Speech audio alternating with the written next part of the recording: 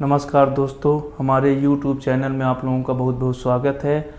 आज हम NCERT book class 10th के मैथमेटिक्स का चैप्टर क्लास सेकंड लेने जा रहा हूं। फर्स्ट क्लास में हमने वास्तविक संख्याओं के बारे में बहुत अच्छे से सीखा है कि वास्तविक संख्या के अंतर्गत कितनी संख्याएं होती हैं, वास्तविक संख्या क्या है, वास्तविक संख्या कितने प्रकार के होते हैं और उससे रिलेटेड कितनी संख्याएँ होते हैं, हमने फर्स्ट क्लास में सीखा है। तो आज ये सेकेंड क्लास है। सेकेंड क्लास में हम एक्सरसाइज यानी 1.1 एक्सरसाइज के कुछ क्वेश्चन को सॉल्व करेंगे, जिसमें फर्स्ट में एक्सरसाइज में ये है कि किन्हीं संख्याओं के फैक्टराइजेशन कैसे निकाला जाता है, उन फैक्टराइजेशन का मल्टीपल क्या होता है। कहने का मतलब कि किसी संख्या का फैक्टराइजेशन निकालना, गुणनखंड निकालना। जैसे कि एक संख्या है 140, 156, ये संख्याएं हैं, इनका हमें क्या निकालना है, फैक्टराइजेशन, प्रोडक्ट ऑफ फैक्टराइजेशन। कहने का मतलब गुणनखंड निकालेंगे, प्राइम फैक्टर निकालेंगे, फिर प्राइम फैक्टर निकालने के बाद उन्हें प्रोडक्ट के रूप में लिखेंगे, गुणनफल के रूप में लिखेंगे। तो सबसे पहले हमें इन संख्याओं का गुणनखंड निकालना है। क्या निकालना है? गुणनखंड। तो गुणनखंड निकालने का भी कुछ तरीका होता है। गुणनखंड कैसे निकालते हैं? गुणनखंड निकालने के लिए सबसे पहले हमें प्राइम फैक्टर के बारे में पता होना चाहिए। प्राइम फैक्टर कैसे निकालते हैं? प्राइम फैक्टर निकालने का कुछ रूल होता है, और प्राइम फैक्टर निकालने से पहले हमें प्राइम नंबर के बारे में जानना जरूरी है। तो प्राइम नंबर क्या होता है समझते हैं पहले। पिछली फर्स्ट क्लास में प्राइम नंबर के बारे में हमने सीखा था कि प्राइम नंबर क्या है। फर्स्ट क्लास में हमने क्या चर्चा किया था कि वास्तविक संख्या दो प्रकार के होते हैं। रियल नंबर 2 टाइप्स के होते हैं। First type rational number, irrational number, परिमेय संख्या और अपरिमेय संख्या। फिर परिमेय संख्या के 3 टाइप समझे थे, नेचुरल नंबर, होल नंबर और इंटीजर। नेचुरल यानी प्राकृत संख्या, होल नंबर पूर्ण संख्या और इंटीजर यानी पूर्णांक। फिर नेचुरल नंबर के अंतर्गत हमने 4 संख्याओं के बारे में पढ़ा था। पहली कौन थी? इवन नंबर, दूसरी ऑड नंबर, फिर कंपोजिट, फिर प्राइम नंबर। इवन यानी सम संख्या, ऑड यानी विषम संख्या, और कंपोजिट मीन्स भाज्य संख्या, और प्राइम नंबर मीन्स अभाज्य संख्या। तो हमें किसी संख्या का फैक्टराइजेशन, गुणनखंड निकालने के लिए, फैक्टर का मतलब होता है गुणनखंड। क्या होता है? गुणनखंड। यानी किसी संख्या का गुणनखंड कैसे निकालते हैं। तो गुणनखंड निकालने के लिए सबसे पहले हमें प्राइम नंबर के बारे में पता होना चाहिए। तो प्राइम नंबर क्या होते हैं? हमने बताया था कि प्राइम नंबर वह संख्या होती है जिसके केवल 2 गुणनखंड होते हैं। कितने गुणनखंड होते हैं? 2। कैसे? जैसे हमने 1 ले लिया। 1 किसके किसके टेबल में आता है? 1 1 जा 1 और किसी में नहीं आता। तो 1 एक लौती ऐसी संख्या है जो कि ना प्राइम है, ना कंपोजिट, ना भाज्य संख्या है, ना अभाज्य, ना ही भाज्य है ना ही अभाज्य। अब हम देखेंगे कि 1 एक लौती ऐसी संख्या है कि जो भाज्य है ना अभाज्य। अब हम 2 की ओर चलते हैं। 2 प्राइम नंबर है। 2 क्या है? Prime number. अब 2 प्राइम नंबर कैसे है? क्योंकि इसके 2 फैक्टर हैं, यानी इसके 2 गुणनखंड होते हैं। फैक्टर का मतलब, गुणनखंड का मतलब ये होता है कि ये नंबर जो है किस किस टेबल में आती है, ये संख्या किस किस के पहाड़े में या टेबल में आती है। चेक करिए।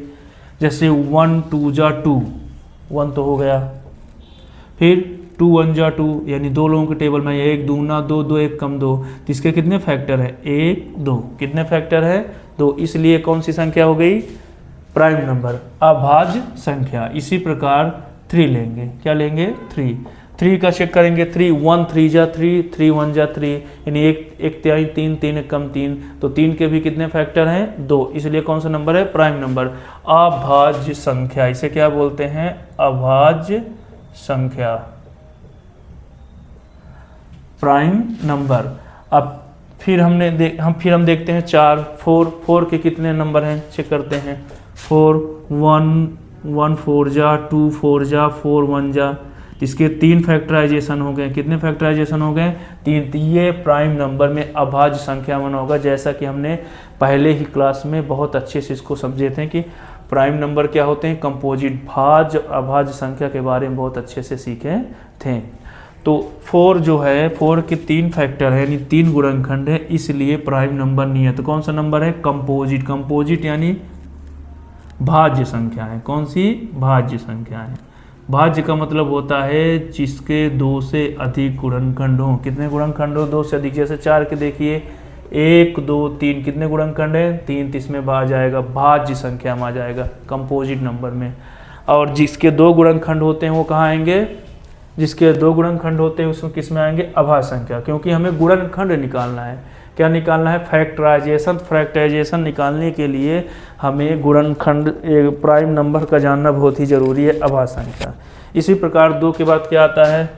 3 आया, 3 के बाद 4 इसमें चला गया, 5 आया। अब 5 के भी 2 गुणनखंड होते, 1 5 जा 5, 5 1 जा 5, 1 पंचे 5, 5 1 कम 5, तो 5 भी क्या है? अभाज्य संख्या है। फिर इसी प्रकार 5 के बाद 7, 7 के बाद 9, 9 नहीं लेंगे, 9 के कितने गुणनखंड हो जाएंगे? 1 9 जा 9, 3 3 जा 9, 9 जा 9, 2 से अधिक हो गए ना, तो 2 किस में आ जाएंगे? इसमें आ जाएंगे अभाज्य संख्या में। तो या फिर 11 13, इसी प्रकार बहुत सारी संख्याएं क्या होती हैं? अभाज्य संख्या। तो अभाज्य संख्या वह संख्या है जिसके 2 गुणनखंड होते हैं। कितने गुणनखंड होते हैं? 2 2 3 5 7 11 13, बहुत सारे। ये सब क्या हो गए आपके? अभाज्य संख्या।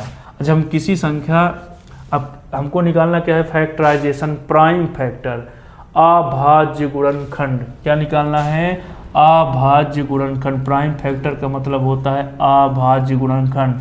अभाज्य गुणनखंड के लिए 140 को हम पहले डिवाइड करेंगे। क्या करेंगे? डिवाइड करेंगे 140, ठीक है। 140 किससे किससे कटेगा हम चेक करेंगे 1 by 1। सबसे पहले इन्हीं नंबर से हमें फैक्टर करना है, यानी इन्हीं संख्याओं से हमें 140 को क्या करना है? विभाजित करना है, यानी डिवाइड करना है, यानी काटना है। तो सबसे पहले हम देखेंगे कि 140 क्या 2 से कटेगा? सबसे छोटी संख्या से पहले काटते हैं, फिर उससे बड़ी से काटते हैं, फिर उससे बड़ी से। पहले सबसे छोटी संख्या लेना है, फिर उससे बड़ी। जब वो छोटी संख्या से न कटे तो उससे बड़ी संख्या, जब उससे न कटे तो उससे भी बड़ी संख्या लेना है। तो सबसे पहले हम चेक करेंगे क्या 140 2 से कटेगा? ठीक है, कटेगा। हम 2 का पारा पढ़ेंगे, 2 7 14, और ये 0 उतर आया रिमाइंडर। तो हमने तो काट दिया, लेकिन कुछ रूल ना होगा कि 2 से 3 से भी काट सकते थे, 5 से भी काट सकते थे, 7 से भी। तो 140 जो है 142 से डिवाइड हो गया, यानी 2 से कट गया, तो कुछ ना कुछ नियम होगा।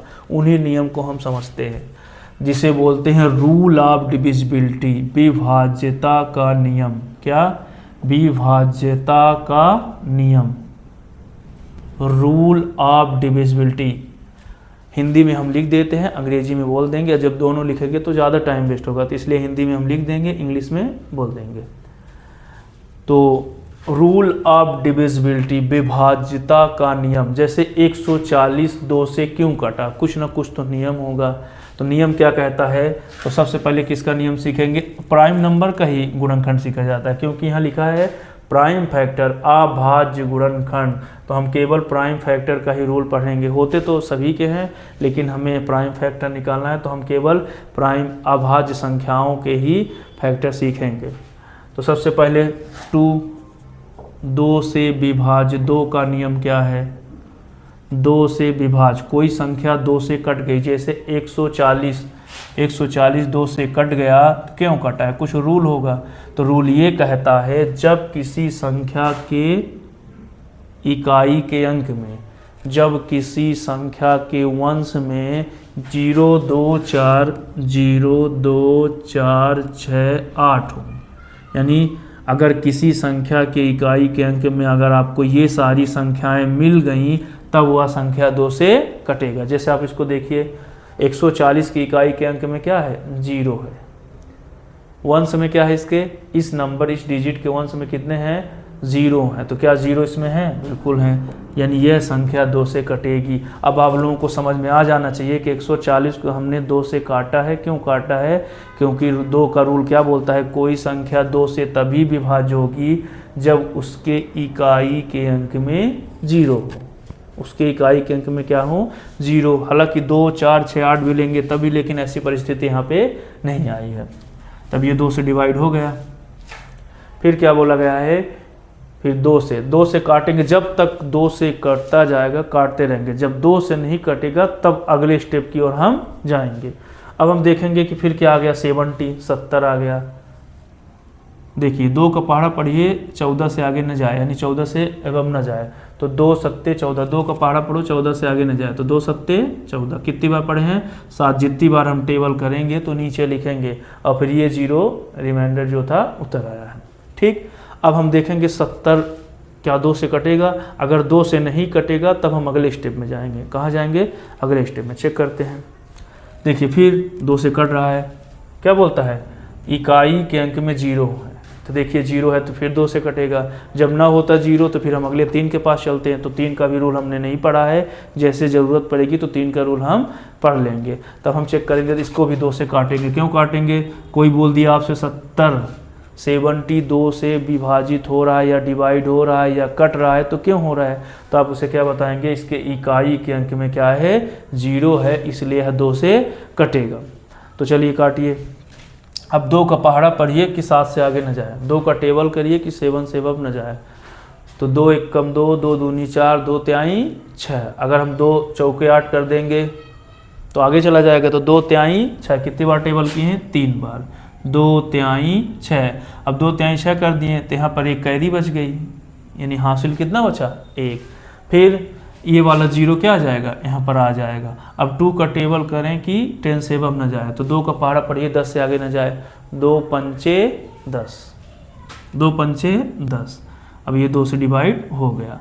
अब हम चेक करेंगे, जब 2 से कट गया तो क्या ये अब 2 से तो कटेगा नहीं, क्या 35 को आप 2 से काट लेंगे, बिल्कुल नहीं, क्योंकि 2 का रूल क्या कहता है, 2 से विभाज 2 का विभाज्यता का नियम, रूल ऑफ डिविजिबिलिटी क्या बोलता है, कोई संख्या 2 से तब कटती है जब उसके इकाई के अंक में 0 2 4 6 8 आए।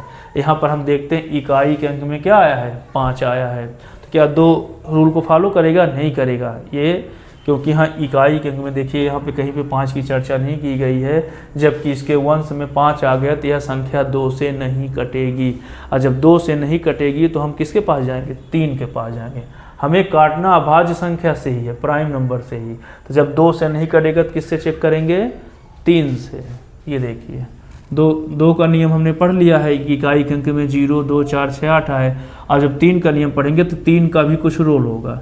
जब ये 2 से नहीं कटा तो हम 3 के पास जाएंगे, तो 3 भी अपना कुछ रूल बोलेगा कि ठीक है हम 3 से कोई संख्या को काट देंगे, लेकिन हमारे कुछ शर्त हैं। तो 3 के क्या शर्त हैं, रूल ऑफ डिविजिबिलिटी, 3 से कोई संख्या 3 से कब कटेगी, ये भी एक अपना नियम रखता है। तो 3 से विभाज्य का नियम क्या है,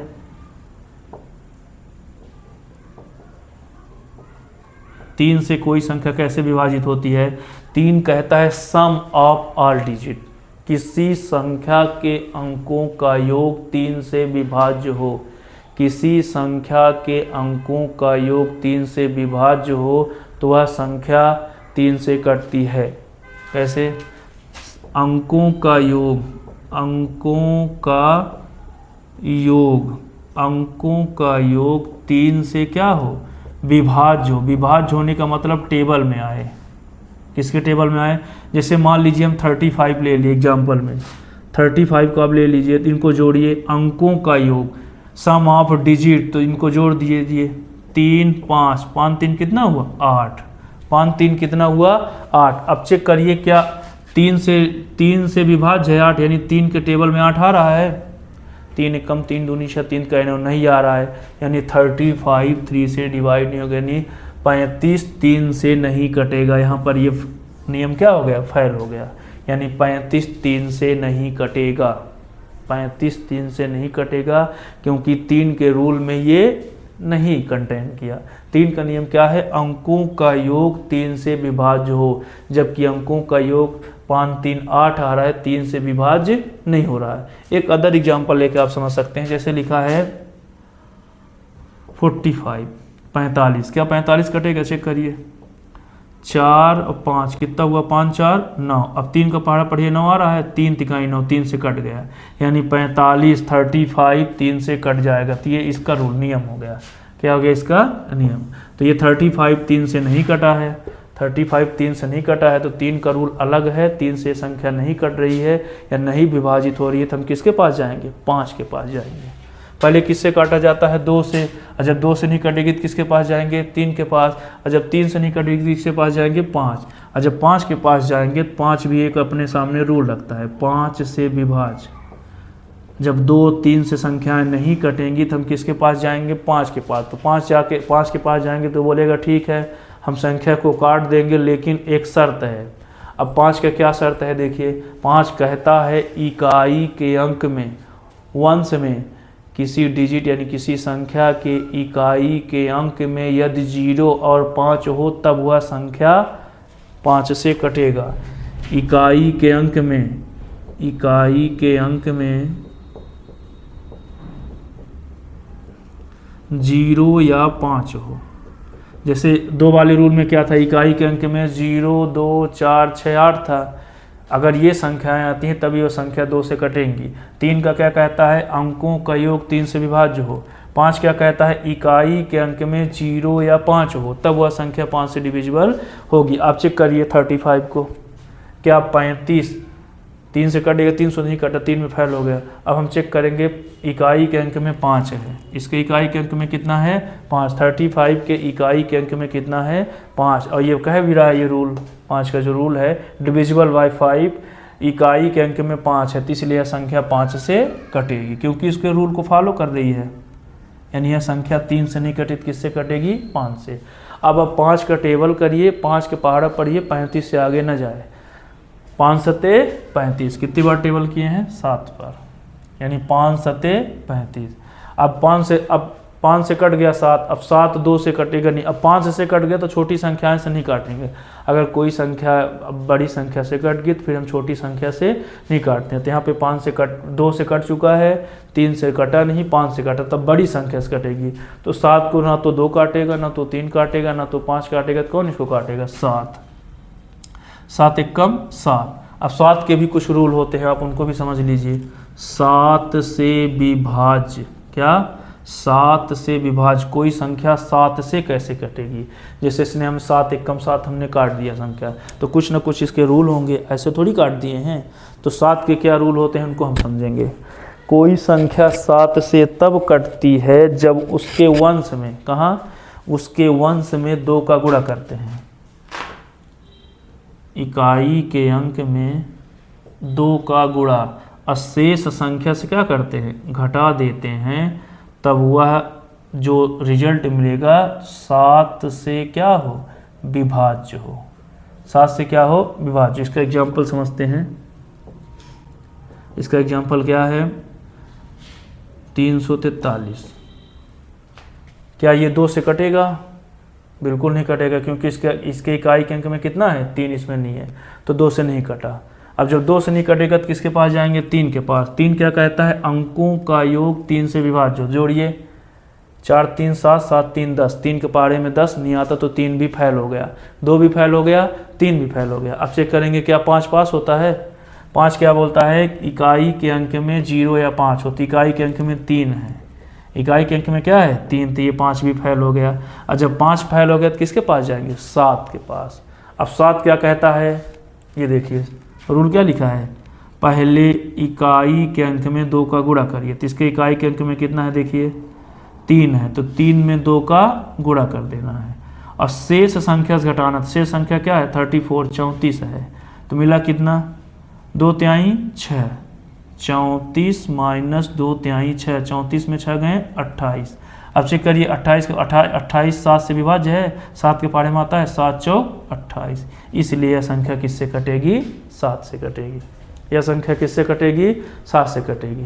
यानी कहने का मतलब 7 का रूल क्या है कि जब किसी संख्या के इकाई के अंक में 2 का गुणा करेंगे, शेष संख्या से घटाएंगे, घटाने के बाद जो संख्या मिलेगी तो वह 7 से विभाज्य होना चाहिए, तब वह संख्या 2 से कटेगी। अब हम यहाँ पे आ जाते हैं, ये संख्या तो कट चुकी है, यानी 140 का अभाज्य गुणनखंड क्या क्या होगा। तब इसका सॉल्व क्या होगा, चलिए देखिए, 2 इंटू 2 इंटू 5 इंटू 7, यानी 2 गुणे 2 गुणे 5 गुणे 7। ये फैक्टराइजेशन है, जो हमारा टॉपिक था कि express each of the number as product of its prime factor, यानी इस संख्या का अभाज्य गुणनखंड निकालिए, उन्हें गुणनफल के रूप में लिखिए।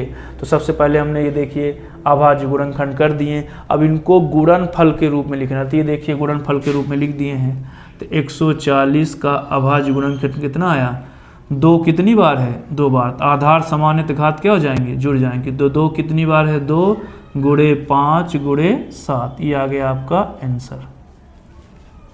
यानी 140 का प्राइम फैक्टर अभाज्य गुणन, प्रोडक्ट ऑफ प्राइम फैक्टर अभाज्य गुणनखंड का गुणनफल क्या है, 2 की पावर 2 × 5 × 7। ये पहला सॉल्व हो गया। आप लोगों को समझ में आया। सबसे पहले किसी संख्या का अभाज्य गुणनखंड निकालने के लिए हमें ये रूल आने चाहिए। कौन से, 2 के रूल क्या हैं, 3 का रूल क्या है, 5 का रूल क्या है, 7 का क्या है। अगर ये रूल हम अच्छे समझ जाएंगे तभी ये संख्या हमसे विभाजित करते बनेगी, अन्यथा यह हमसे नहीं बनेगी। अब आप जैसे मान लीजिए उठा लेते हैं 156 सेकंड नंबर, फर्स्ट नंबर तो हो गया। सेकंड नंबर देखिए, सेकंड नंबर क्या है 156। 156 का अभाज्य गुणनखंड निकालिए, 156 का अभाज्य गुणनखंड निकालिए। चलिए निकालते हैं। 156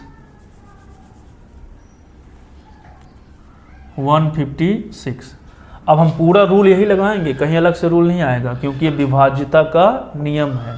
तो सबसे पहले देखेंगे 156 सेकंड नंबर, पहला तो हो गया, अब सेकंड की चर्चा कर रहे हैं, ठीक है। तो 156 चेक करेंगे क्या 2 से कटेगा, चेक करिए 156 क्या 2 से डिविजिबल होगा या 2 से कटेगा। तो 156 के इकाई के अंक में कितना है, 6 है। इकाई के अंक में कितना है, 6। चेक करेंगे हर रूल में, 2 से कोई संख्या तभी कटेगी जब उसके इकाई के अंक में 0, 2, 4, 6, देखिए 6 है, यानी ये 2 से कटेगा। 2 वाले रूल को फॉलो कर गया, 2 वाले रूल को क्या कर गया, फॉलो, यानी 2 से कटेगा। जब 2 से न कटता तब हम 3 की ओर चलते हैं। कहाँ चलते हैं, 3 से न कटता तो 5 की ओर चलते हैं, 5 से न कटता तो 7 से। तो 2 से कट गए तो 2 से पहले काटेंगे। तो चेक करिए, अब हम 2 से इसको काटे। अब 2 का आप टेबल करिए कि 15 से आगे न जाए, 2 का पहाड़ा पढ़िए कि 15 से आगे न जाए। पढ़िए 2 सत्ते 14, कितने बार पढ़े हैं, 7 बार। 2 सत्ते 14, यहाँ पे 1 कैरी बच गया है, हासिल कितना बचा, 1। ये वाला 6 क्या आ गया, उत्तर है। जैसे हम डिवाइड करते हैं, भाग पढ़ते हैं, उसी प्रकार ये संख्या को हम डिवाइड करते हैं। अब हम 2 का टेबल करेंगे कि 16 से अधिक न जाए, यानी 2 का पहाड़ा पढ़िए कि 16 से आगे न जाए। पढ़िए 2 अट्ठे 16, कितने बार पढ़े हैं, 8 बार। तब ये 2 से डिवाइड हो गया। अब चेक करेंगे क्या जो संख्या मिली फिर भी वो 2 से कटेगी, तो इसके इकाई के अंक में कितना है, 8। आप यहाँ चेक करिए, इकाई के अंक में 8 है, यानी फिर 2 से कटेगा। जब तक 2 से कटता जाएगा तो हम काटते रहेंगे, जब तक पूरी तरह से नहीं कट जाएगा या 2 से नहीं कटेगा तब तक हम नहीं छोड़ेंगे। तो ये 2 से कटेगा क्योंकि इसके इकाई के अंक में 8 है। यह 78 2 से कटेगा क्योंकि इसके इकाई के अंक में क्या है, 8। 2 वाले रूल में 8 है। तो चलिए काटिए। अब आप 2 का टेबल करिए कि 7 से अधिक न जाए, 2 का पहाड़ा पढ़िए, 7 से आगे न जाए। पढ़िए 2 1 जा 2, 2 2 जा 4, 2 3 जा 6, 2 3 6। अगर आप 4 बार पढ़ते हैं, 4 बार तो नहीं आएगा 4 टाइम्स में, तो 2 3 6। अब 7 है तो एक कैरी बच गया, ये वाला 8 आ गया। अब 2 का पहाड़ा पढ़िए, 18 से आगे न जाए। पढ़िए 2 9 18, 2 9 18, ठीक। ये 2 से डिवाइड हो गया। अब चेक करेंगे क्या 39 2 से कटा है, वैसे भी 78 का अपॉन आधा कितना होता है, 39, यानी 39। 78 का आधा 39। अब हम चेक करेंगे क्या है 2 से कटेगा, चेक करिए, बताइए आप लोग, क्या 2 से संख्या कटेगी, बिल्कुल नहीं कटेगी, क्योंकि इसके इकाई के अंक में वंश में, इस नंबर के 1 में वंश में या इकाई के अंक में 9 है। क्या 9 2 वाले रूल में है, 0 2 4 6 8 नहीं है ना, तो यह संख्या 2 से नहीं कटेगी। 2 यहाँ पे फेल हो जाएगा, 2 यहाँ पे दम छोड़ देगा। और जब 2 से नहीं कटेगा तो किसके पास जाएंगे, 3 के पास। तो 3 ऐसे नहीं कि गए तो 3 काट देगा, 3 भी कहता है कि हमारा भी रूल है। जैसे 2 का रूल था तो 3 कहता है हमारा भी कुछ ना कुछ रूल है। तो 3 का रूल क्या है, अंकों का योग 3 से विभाज्य हो, अंकों का योग 3 से विभाज्य। चलिए चेक करिए, तो यहाँ पर क्या है, अंकों का योग 9 3 12, 9 3 कितना हुआ 12। अब 9 3 12 क्या 3 के पहाड़े में आता है, यहाँ पे लिखा है अंकों का योग, योग यानी सम, जोड़, अंकों का योग sum of units digit, sum of digit अंकों का योग 3 से विभाज्य होती है। इसको हम चेक करेंगे। तो यहाँ पे 9 3 12 जोड़ दिए 12 हो गया। तो क्या 12 3 के पहाड़े में आता है? बिल्कुल आता है। 3 चौको 12, यानी यह संख्या 3 से कटेगी। 39 3 से कटेगी। क्यों कटेगी? क्योंकि इनके अंकों का योग कितना है? 12 है। तो इसको 3 से काटेंगे। किससे काटेंगे? 3 का टेबल करिए, 3 से आगे न जाए। 3 एक कम 3। अब 3 का पहाड़ा पढ़िए, 9 से आगे न जाए, पढ़िए। 3 तिकाई 9, तो ये 3 से कट गया। अब चेक करिए, 2 से तो कटेगा नहीं, 3 से कटेगा। क्या 3 से कटेगा? 3 1 4, अंकों का योग 3 1 4, 3 के पहाड़े में आएगा नहीं, 3 से नहीं कटेगा। 3 से नहीं कटेगा तो किससे काटेंगे? 5 से। 5 के पहाड़ पढ़ेंगे, वैसे भी 13 नहीं आएगा, 5 3 15। वैसे भी इकाई के अंक में 5 होना चाहिए, नहीं है। चेक करेंगे, क्या 7 से कटेगा? 7 दूनी 14 होता है, यानी 7 से भी नहीं कटेगा। और जब 7 से नहीं कटेगा तो किससे काटने की कोशिश करेंगे? 9 से तो नहीं काटेंगे, 9 भाज्य संख्या है। जब हमको लेना क्या है? को प्राइम नंबर, अभाज्य संख्या। 7 से भी नहीं कटा, 11 के पहाड़ा में तो आएगा नहीं, 11 दूनी 22 नहीं आ रहा है। तो जब 11 में नहीं आ रहा तो ये स्वयं से कटेगा। 13 एक कम 13, 13 एक कम 13। तो ये आपका 156 का फैक्टराइजेशन निकला है। क्या निकला है? फैक्टराइजेशन। तो इसको हम कैसे लिखेंगे? 2 इंटू 2 इंटू 3 इंटू 13, यानी 2 गुणे 2 गुणे 3 गुणे 13। अब चेक करेंगे, 2 कितनी बार है? 2 बार है। तो 2 की पावर 2 इंटू 3 इंटू 13, ये हो गया आपका आंसर। ये क्या है? 156 का अभाज्य गुणनखंड। 156 का अभाज्य गुणनखंड क्या है? 2 की पावर 2 इंटू 3 इंटू 13। उत्तर की अगर आपको जांच करना है, आंसर शीट चेक करना है सही है कि नहीं, तो चेक करते हैं। 2 दूनी 4 तिहाई 12, 12 13 156, 12 13 12 बार हम 144, 12 13 हम 156। तो यहाँ से हमने उत्तर की जांच भी कर लिया। ठीक है। अब 140 का हमने अभाज्य गुणनखंड निकाल दिया। फिर उसके बाद हमने 156 का अभाज्य गुणनखंड निकाला है। फिर इसी प्रकार आप 38 25 और 5005 का क्या निकालेंगे? प्राइम फैक्टर, यानी अभाज्य गुणनखंड निकालेंगे, उन्हें गुणनफल के रूप में लिखेंगे। तो आज के वीडियो में हमने क्या सीखा? आज के वीडियो में हमने सीखा कि कैसे किसी संख्या के अभाज्य गुणनखंड या प्राइम फैक्टर कैसे निकालते हैं, हमने आज सीखा है। तो आज की ये क्लास यहाँ पे समाप्त होती है। अब आप लोगों का होमवर्क क्या है? इन दोनों संख्याओं का आप प्राइम फैक्टर अभाज्य गुणनखंड निकालेंगे। आप ट्राई करिएगा, नहीं बनेगा तो कल की क्लास में हम इसको सॉल्व कराएंगे। आप कोशिश करिएगा, बनेगा, नहीं बनेगा तो हम ये रूल लेकर सॉल्व करेंगे। अगर आप इसको लिखना चाहते हैं तो आप वीडियो रोक के लिख सकते हैं, या फिर ये रूल आपको पता होना चाहिए। ठीक है ना? तो नमस्ते।